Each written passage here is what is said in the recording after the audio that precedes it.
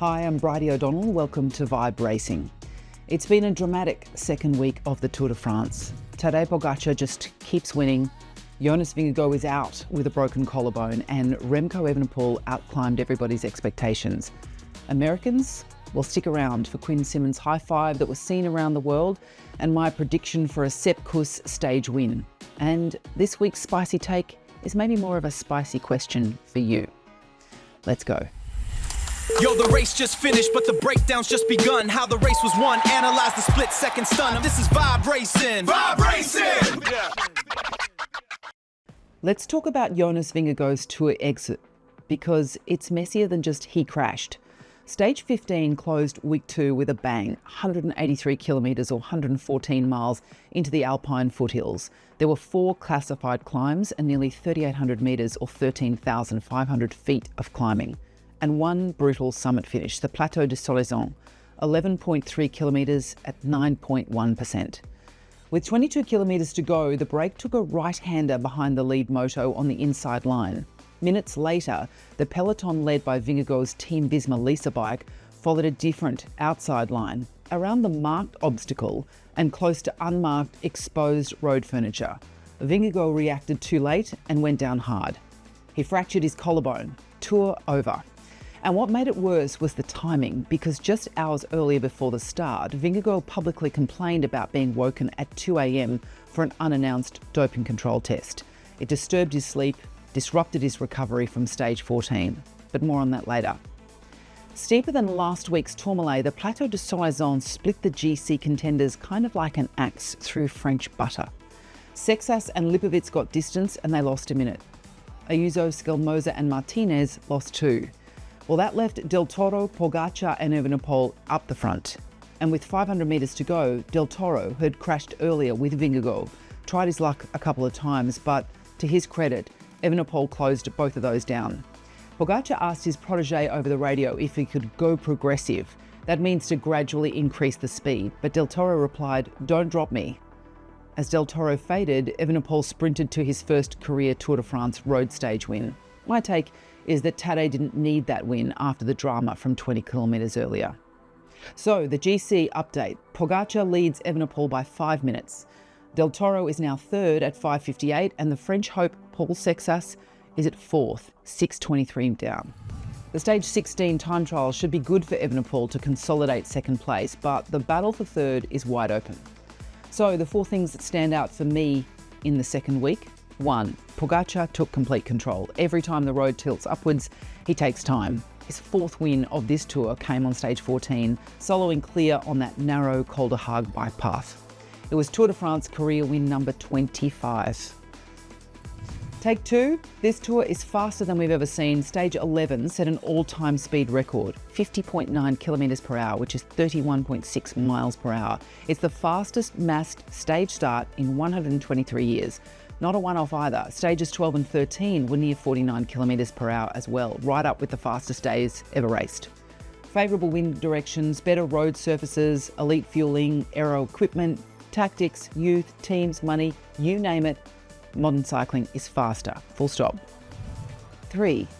Evenepoel had already shown us he's descending better than before, but now he's had his mountain breakthrough. Years of hearing he can't hang with the purest climbers on a summit finish, and then he wins stage 15. His 2nd overall now. And 4, the young guns have definitely arrived. With Vingegaard gone, third on GC is basically a fight for the white jersey. Del Toro, Seixas and Ayuso are chasing both of these at once. Florian Lipovic, he's the only old man with a viable podium shot, is just 25 years old. Americans in the mix, a new golden era, no fiction. Attacking in the climbs with tactical conviction. This is Vibe Racing. Vibe Racing! Yeah. Well, 15 stages in, and here's a stat of the week. 4 Americans sit inside the top 25 on GC. Sepp is at 17th, Brandon 19th, Sean 20th, and Quinn at 25th. But all, more importantly, are playing key roles, and one of them is getting plenty of airtime. But let's start with Sepp. He shined on stage 14, protecting Jonas on the final climb, hanging, as he always does, with the elite GC riders. But with Vingegaard out, Visma is going to need Sepp to get a summit stage win. So here's hoping Pigansoli and Matteo can work for him and Sepp can attack on Friday, which is the first of 2 consecutive Alpe d'Huez summit finishes. It's a short but brutally steep day, 12,000 feet over 130 kilometres or 80 miles. Living in Andorra though, Sepp trains on that kind of terrain every day. Brandon McNulty spent the week working overtime in the UAE, trained for Pogačar, and then on stage 13, he was allowed a bit of a day off and slipped into the breakaway, finishing 5th. It's the best American result of the week. And then there's Quinn Simmons. He shredded the field on stage 12 with an attack so committed that his own dad got a mid-race high five.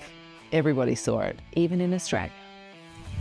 Then on Sunday, Quinn attacked the break and had 20 seconds on Tom Pidcock over the penultimate climb. When he got finally overtaken, he went back into super domestique mode for Skelmoza and Ayuso, finally finishing 10th. No one has ever called this bloke a climber, and now here he is finishing ahead of actual GC riders on an all-category summit.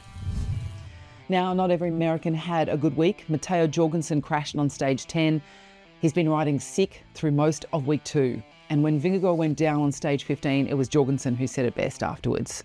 Bike racing sucks sometimes. We hear you, Matteo. Sean Quinn and Matthew Riccatello did their jobs for their teams and are thankfully keeping out of trouble. Spicy Dice!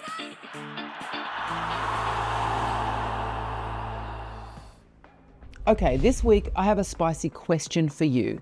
Did a 2 a.m. doping control test play a role in Jonas Vingegaard's stage 15 crash? Here's what we know. Hours before the stage, Pogačar and Vingegaard got pre-dawn knocks for unannounced controls. Vingegaard at 2 a.m, Pogačar at 5 a.m. Jonas said it took him about 40 minutes to fall back to sleep. Tadej said he was awake for good. Now, most no-notice doping controls occur between 6 a.m. and 11 p.m, basically just to preserve some semblance of respect for riders' sleep. When I was preparing for my Our World Record attempt, I had nearly weekly doping control tests, but I never had one at 2 a.m. And I don't want to give ammunition to anyone looking to weaken doping controls. This sport desperately needs them. Yet, there has been a lot of online speculation that the 2 a.m. wake-up played a causal role in the crash. But hey, we don't know that. Visma took a bad line through the corner. Why didn't the DS tell the team to keep right? Pogačar didn't crash. My take, though, is this. If anti-doping protocols exist to protect the integrity of the competition, they shouldn't come at the cost of rider safety. Catch the cheats, but don't wake the favourites up at 2 a.m. right before one of the hardest stages of the tour.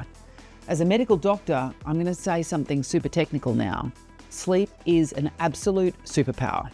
And this generation of cyclists knows it's the most important factor in recovery. You cannot win the Tour de France on poor sleep. That said, I don't believe any professional athlete being paid millions of dollars or euro should get a say in when or how testing happens. That defeats the purpose. But imagine if they'd woken the New York Knicks players up at 2 a.m. during the finals, or the NFL players in the lead up to the Super Bowl. Would there be outrage? I don't know, what's your take? Do unannounced protocols need a rethink? Was this fair? Was it inhuman, as some of the riders are saying? Or was it simply just necessary to protect the sport? That's it for this week's Vibe Racing. If you enjoyed the show, please subscribe, share it with a cycling friend, and I definitely want to hear from you. What are your spicy takes from the week in bike racing? Drop them in the comments below. For the Vibe Racing team, I'm Bridie O'Donnell. See you next week. This is Vibe Racing. Vibe Racing. We keep the culture live. Vibe Racing. Come on, let's ride with Vibe Racing. The future is now. Vibe Racing. Yeah.